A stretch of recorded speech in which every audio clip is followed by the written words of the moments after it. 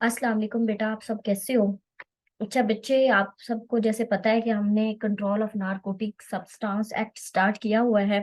और one by one हम हर section को डिटेल में देख रहे हैं और समझ रहे हैं। तो हमने पहले जो डेफिनेशन क्लास है उसको हमने कंप्लीट कर लिया। इंपॉर्टेंट डेफिनेशंस मैंने आपको करवा दी हैं। तो आज सेक्शन जो 3 है इसका हमने उसको अंडरस्टैंड करना है। अब दिखने में जो सेक्शन 3 है वो बेसिकली इंपॉर्टेंट नहीं लग रहा, लेकिन ये एग्जामिनेशन पॉइंट ऑफ व्यू से इम्पोर्टेंट है। क्योंकि उसकी रीजन ये होती है, जैसे मैंने आपको पहले बताया कि जो एग्जामिनर है वो प्रपोजिशन जब बनाता है तो वो हम अगर इसको केयरफुली नहीं पढ़ते, एक एक लाइन को नहीं पढ़ते, तो फिर हम उस प्रोपोजिशन को सॉल्व नहीं कर सकते। ठीक है। तो हमने इस preposition के पॉइंट ऑफ व्यू से अगर हम देखें तो जो सेक्शन 3 है वो बहुत ज्यादा इंपॉर्टेंट है। वो कैसे इंपॉर्टेंट है इसको आज हम अंडरस्टैंड कर लेते हैं। अच्छा, अब सेक्शन 3 के अंदर यहाँ पे लिखा हुआ है कि एक मिनट में थोड़ा फाउंट बड़ा कर लूं। हाँ, अब ठीक है। अच्छा, अब सेक्शन 3 के अंदर यहाँ पे ये है कि calculation of percentage in liquid preparation. ठीक है। अब चूंकि हम नारकोटिक सब्सटेंस को अंडरस्टैंड कर रहे हैं तो हमने पीछे क्या पढ़ा था? हमने ये पढ़ा था कि ये जो नारकोटिक ड्रग्स बनती हैं, ये अगर लीगली बने तो वो फिर जो है वो विद लाइसेंस बनती हैं, गवर्नमेंट से लाइसेंस लिया जाता है। और वो या तो मेडिकल पर्पस के लिए बनेंगी या फिर अनदर जो फार्मेसी या इस तरह की चीजें, या फिर और जो है वो पर्पसेस जिसको गवर्नमेंट अलाउ करेगी तब वो बनेंगे। अदरवाइज अगर वो बनाई जाएंगी तो वो इलीगल कंसिडर होंगी और उनके लिए पनिशमेंट है। ठीक है। अब बात यहाँ पे जो इस क्लास के अंदर दी गई है वो है इसकी परसेंटेज की कैलकुलेशन की। ठीक है। अब वन बाय वन हम इसको अंडरस्टैंड करते हैं, उसके बाद फिर हम उर्दू में भी समझेंगे इंशाल्लाह। At the end of this section या and at the end of this lecture आपको सारी चीजें क्लियर हो जाएंगी। फिर भी अगर कुछ क्लियर ना हो तो आपने कमेंट बॉक्स में पूछना है, हम इंशाल्लाह इसको मजीद डिस्कस कर लेंगे। अच्छा, अब यहाँ पे क्या लिखा हुआ है? The federal government may make rules.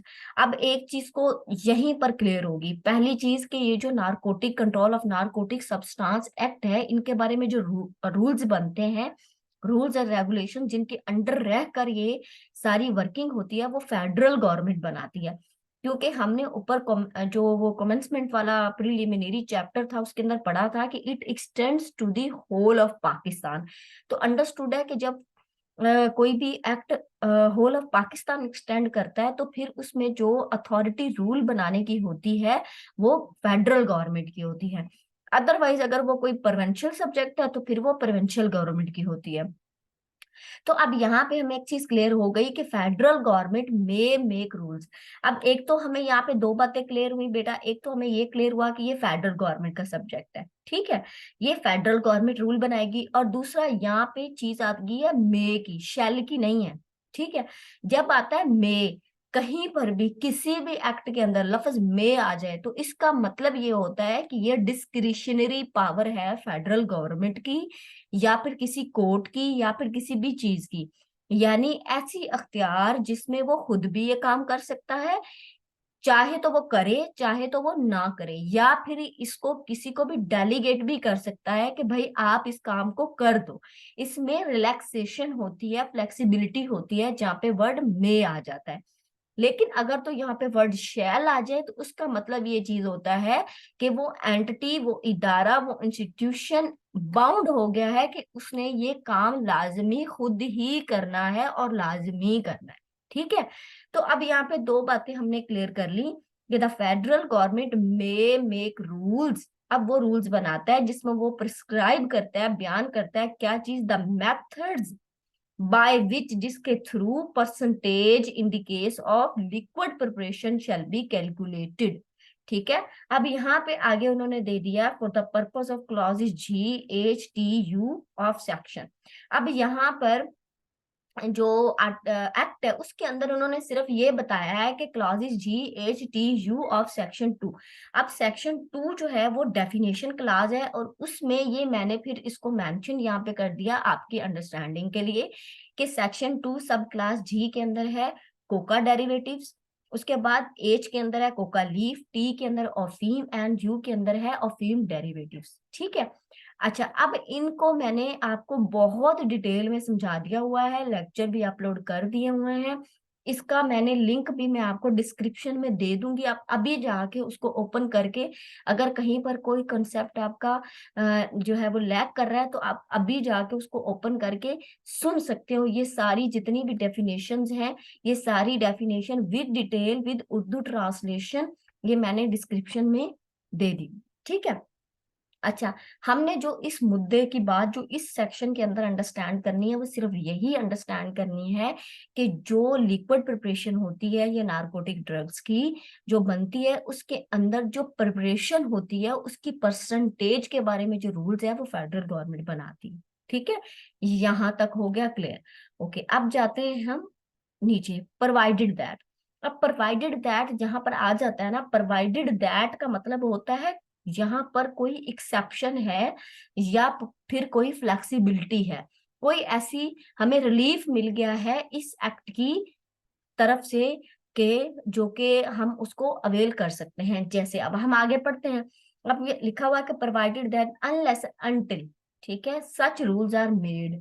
वो कहते हैं कि जब तक ये रूल्स आप बने, या फिर सपोज वो बने हुए हैं, या फिर होता है ऐसा कि अभी मतलब बनने हैं।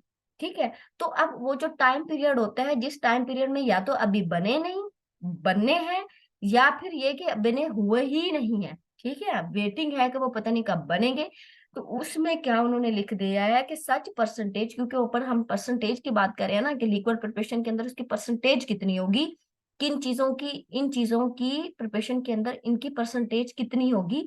तो वो कहते हैं कि ये जो परसेंटेज है ये shall be calculated on the basis that a preparation containing 1% of a substance. ठीक है, इन सब्सटेंस का 1% होगा।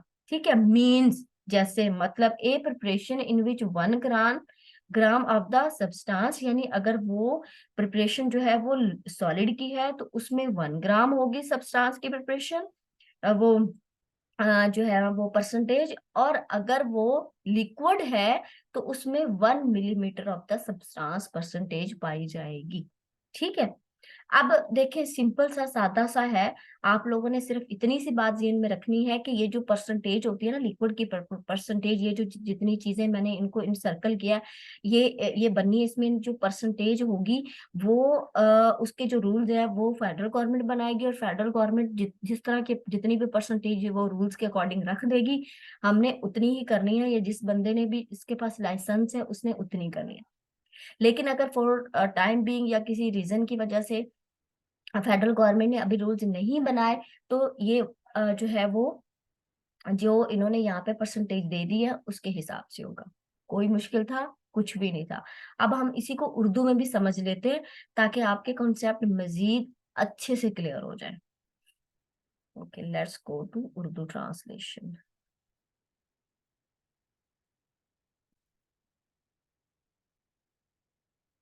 आज ना मेरे पता नहीं इसको क्या हो गया है, इतना वर्क नहीं कर रहा। What is happening.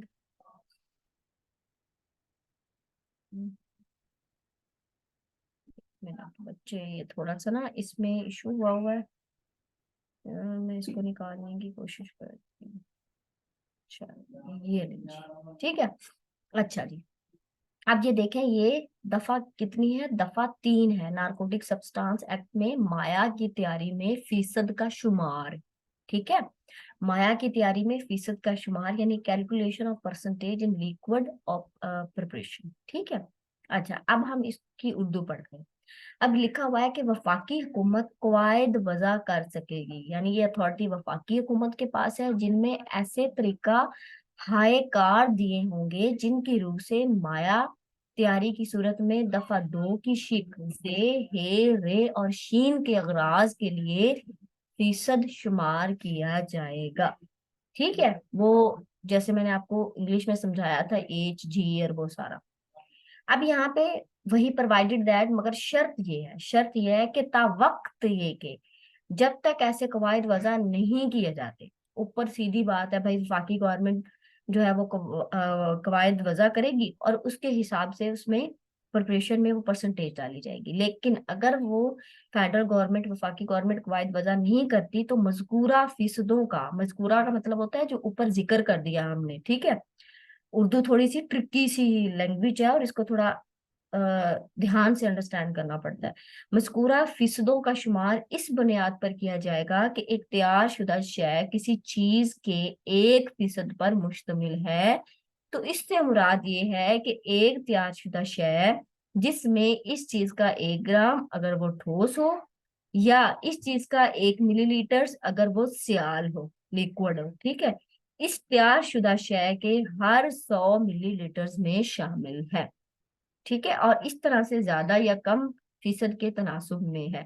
जैसे वो चीज बढ़ती जाएगी उस तरह से परसेंटेज भी बढ़ती जाएगी, जैसे वो चीज कम होती जाएगी वैसे परसेंटेज भी कम होती जाएगी। ये मिनिमम जो है वो परसेंटेज का रिक्वायरमेंट जो है वो यहाँ पर बता दी गई है। लो, इतनी सी बात थी। होप्स हो कि आपको ये सेक्शन 3 बड़े अच्छे से समझ आ गया है। मजीद भी अगर समझ नहीं आया तो मुझे कमेंट बॉक्स में आपने बताना है, मैं इस पे एक और लेक्चर रख दूंगी, नो इशू। जजाकल्ला, अपना ख्याल रखिएगा and best of luck, best of luck.